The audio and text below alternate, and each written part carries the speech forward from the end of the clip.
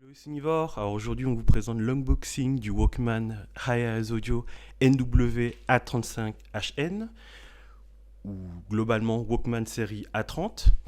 Alors ce modèle ici, c'est le A35HN parce qu'en fait, il a les écouteurs noise cancelling. Mais vous pouvez également trouver une version moins chère à partir de 200 euros qui est la version NW-A35 où il y a juste le Walkman. Je vous montrerai rapidement en fait le contenu, la boîte assez classique, hein. Voilà. Alors rapidement bien sûr 16 Go de mémoire, noise cancelling, sans fil LDAC, compatibilité Hi-Res audio. Allez, passons tout de suite à l'unboxing. Alors pour rappel, ne pas oublier l'ouverture des boîtes Sony, c'est par le bas et non par le haut. Vous avez la petite languette déjà toute prête pour tirer. Hop.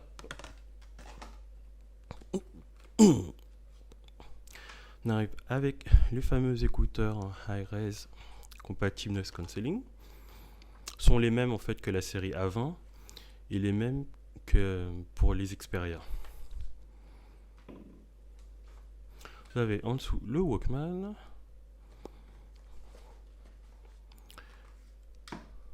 Et en dessous, vous avez bon, forcément le fameux câble Walkman et quelques notices d'utilisation. Passons au Walkman. Alors, pour sortir, il faut pousser sur le côté. Et vous avez normalement l'encoche pour pouvoir le soulever. Voilà. Alors, rapidement, bon. Malgré qu'il a un écran tactile, vous avez toujours les boutons en façade. Les boutons, pardon, sur le côté. Hold. Retour à début de piste. Lecture, pause. Piste suivante. Volume. Et bien sûr, bouton d'alimentation. Derrière, vous avez toujours le connecteur NFC. Quelques infos. Sur le côté, vous avez toujours, bien sûr, l'extension micro SD jusqu'à 200 Go. Ce qui fait pas mal pour du stockage de musique. En bas, vous avez bien sûr la prise jack pour le son RS. La prise Walkman qui, nouveauté, permet la sortie en fait en natif des fichiers DSD. Au niveau de la lecture, le Walkman peut lire des fichiers, bien sûr MP3, Wave, AIF, AAC, et même les fichiers DSD, mais qui sont convertis en PCM. En revanche, si vous utilisez les lecteurs en tant que source numérique, la sortie Walkman permet une sortie directe du flux DSD sans conversion. C'est une première pour les Walkman, mais surtout de moyenne gamme comme celui-ci. À 200 euros, avoir un lecteur qui sort du DSD, c'est vraiment très très bon rapport qualité-prix. Vous avez bien sûr l'orifice pour la lanière. Voilà, alors le devant est en plastique, le devant est en métal. Vous voyez d'ailleurs la gravure du logo. Et l'arrière est en plastique.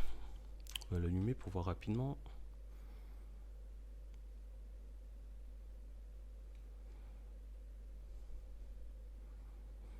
Alors c'est un lecteur musical pur, vous ne pouvez pas voir de photos ni de vidéos, contrairement aux anciens Walkman.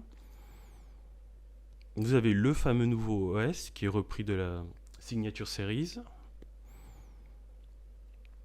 Très très simple, mais facile d'utilisation, et c'est le principal. Le premier démarrage est un petit peu lent, mais ça va venir. Après, vous n'êtes pas censé non plus éteindre le Walkman à chaque fois.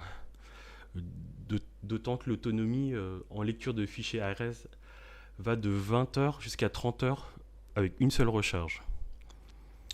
Voilà. Alors, on va montrer un peu plus près. Vous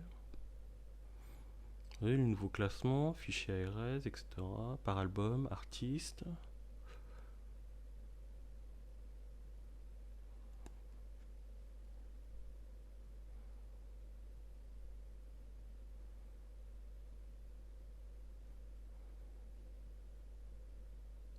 Fichier DSD, lecture. Lecture en conversion. Au niveau des options, on va aller voir un peu ce que vous avez. Luminosité, NFC, Bluetooth. Alors le plus intéressant c'est Output Setting, comme je vous l'ai dit, vous voyez, sortie USB audio en DSD sans conversion. et choix de gain pour la lecture des fichiers DSD. Et bien sûr le Clear Audio Plus, bon, qui est très anecdotique, hein. Vous avez toujours le DSE-HX pour l'upscaling des fichiers compressés vers une sonorité proche du high-res, le DC Phase Linearizer qui permet en fait un renforcement des basses, puisque en fait le Walkman utilise le fameux nouveau S-Master HX, et du coup en fait le traitement est entièrement numérique. Le DC Phase Linearizer va permettre de renforcer un peu des basses comme si c'était un circuit analogique. VTP Surround, etc. Alors l'égaliseur est nouveau. Allez, adjust.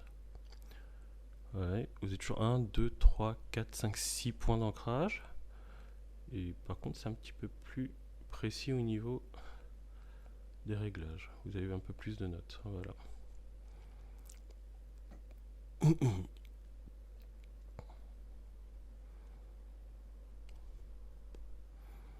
Voilà, grosso modo. À titre comparatif, par rapport à l'ancien Walkman A10 avant, vous voyez, c'est beaucoup plus petit. Au-delà de l'épaisseur, c'est un petit peu plus épais, mais bon, vous gagnez vraiment beaucoup d'une version à l'autre.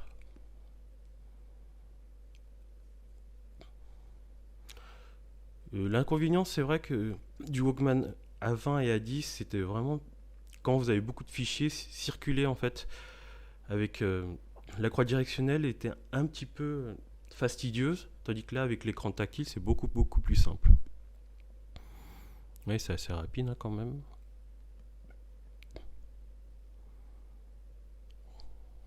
Voilà. Titre comparatif pour les nostalgiques par rapport au Walkman X, c'est pratiquement la même chose.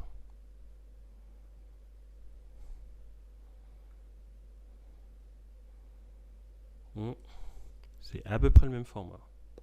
Après l'écran est plus grand hein, ici. Ouais, l'écran est beaucoup plus grand sur le nouveau. Voilà, c'est tout pour aujourd'hui. J'espère que vous avez apprécié et on vous dit à très bientôt pour un nouvel unboxing. A plus les gars.